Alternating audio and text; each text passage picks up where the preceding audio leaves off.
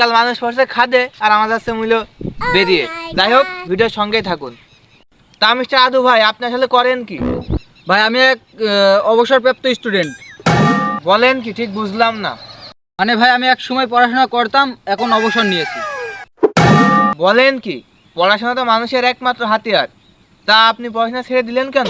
আসলে সত্যি কথা বলতে আমি আমার ভবিষ্যৎ নিয়ে খুবই চিন্তিত। সেই চিন্তায় পড়াশোনার মনোযোগ দিতে পারিনি।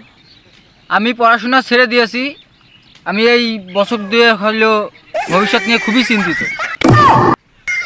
তা বলেন কি, তা এতদিন ধরে ভবিষ্যৎ নিয়ে কি চিন্তা ভাবনা করলেন আপনি? তো আমাদের দর্শকের উদ্দেশ্যে কিছু বলেন। কয়েক বছর ধরে চিন্তা ভাবনা করে আমি এক বিরাট পরিকল্পনা নিয়ে ফেলেছি। তা বলেন কি, আপনার পরিকল্পনাটা আসলে কি?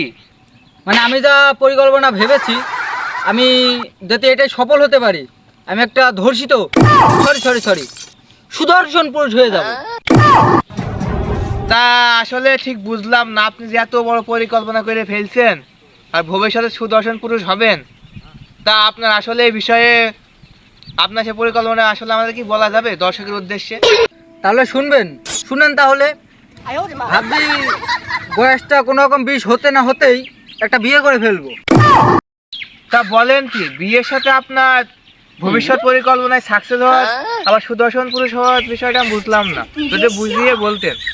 আর ভাই বুঝলেন না, বিয়ে করার পরে মনে করেন যে আমি একটু বউ নিয়ে ফ্যাশন ডিশ করবো, যাতে বলে বউ ব্যবসা ওরফে কাপল বুলাগ, বুঝেছেন? এটা নিয়ে আমি সফল হতে চাই। বউ নিয়ে বউকে সবাই সামনে তুলে ধরতে চাই।